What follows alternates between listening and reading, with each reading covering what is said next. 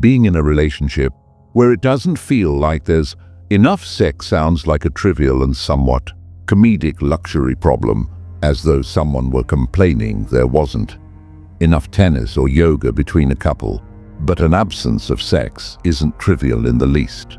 It's a humbling, serious problem, and might even be what dooms the relationship itself. One statistic stands out. In an average year in the OECD countries, 70% of those who initiated divorce cited a lack of sex as the first or second reason for parting. If there's one generalization we can make about couples, it's that a lack of sex, by which we mean something like less than 4 times a month, is an alarm bell we should listen to. Why is sex such a key part of keeping two people close? Because in sex, two people accept each other in the most profound of ways. The apparently dirty and shameful sides of us, the wayward fantasies, the unusual longings, are legitimated through sex. Someone else witnesses and accepts us as bodily and psychological beings. Sex symbolizes an end to loneliness and a reaffirmation of trust. Not daring or wanting to have sex with a partner is tantamount to admitting that one can't be oneself in their presence. A lack of sex is bad enough, but far worse is the way in which the unreciprocated longing for sex tends to manifest itself. Typically, the person who wants it doesn't ask very clearly, maybe merely sliding a hand over in a timid, half-hearted search for reciprocation. They don't complain calmly. They don't deliver an eloquent, self-confident speech about how difficult they're finding it. And they don't inquire sympathetically as to what might be going on in the partner. Far too often, they tend to move on to symptomatic behavior, wherein their disappointment and sense of humiliation are acted out rather than discussed. They bang dishes. They get mean.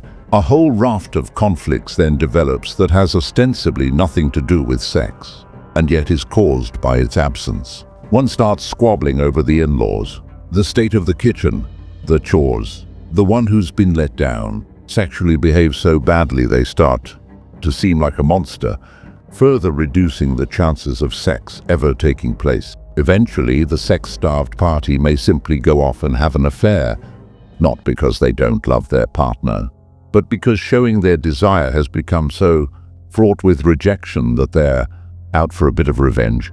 The lack of sex discussion is so hard to have because, quite simply, it feels so shameful to be unwanted sexually. It plays into every worst fear about unacceptability. It's bad enough when it happens on a date. It's even sadder to admit that one is being rejected by one's partner inside the apparent safety and commitment of a long-term relationship.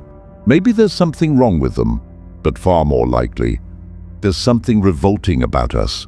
Key to a process of reconciliation is to rein in one's wilder feelings of rejection and self-disgust in order to consider why the other party might have gone off sex. Here's a key fact. Everyone wants sex in principle. When it isn't wanted, it's because a condition for sex is not being met and then not communicated. Privately, the sex-rejecting party has a problem they're not sharing. They might in secret be thinking, I might have sex if only you listened more to my problems with my family. Or if you gave me more time to do my work. Or if you weren't so mean to me around domestic chores. There might even be kinkier reasons. I'd have more sex if you allowed me to play out certain fantasies. If you were more broad-minded about role-playing, if you were more into kissing, wanted it rough, or could be more submissive, the person being denied sex hasn't usually had any chance to hear these reasons in plain, unaccusing, gentle terms. Or maybe they've heard them, but without a sober awareness of what's really at stake here. There's been no proper communication. Therefore, a classic recommendation, deliberately artificial, is that the two parties, aware that their entire relationship probably depends on getting this right, should write each other a letter titled simply, What I Want from Sex. It's a chance to be deeply honest about your true sexual identity. It's then incumbent on both parties to take the other's words seriously and in good faith. Two people are always going to be a bit sexually incompatible, but we shouldn't get so scared and angry at this that we create a secondary barrier of hurt, punishment, and shame. We should take the first steps toward finding a way in which what you want and what they want can, in a modest way, be harmonized, and the sarcasm and banging dishes can stop. Every time such a conversation about sex happens in the quiet of the night, the angels of relationships hover over the bedroom and sound their silent trumpets in celebration, because another couple has just critically improved their chances of lasting a little longer together.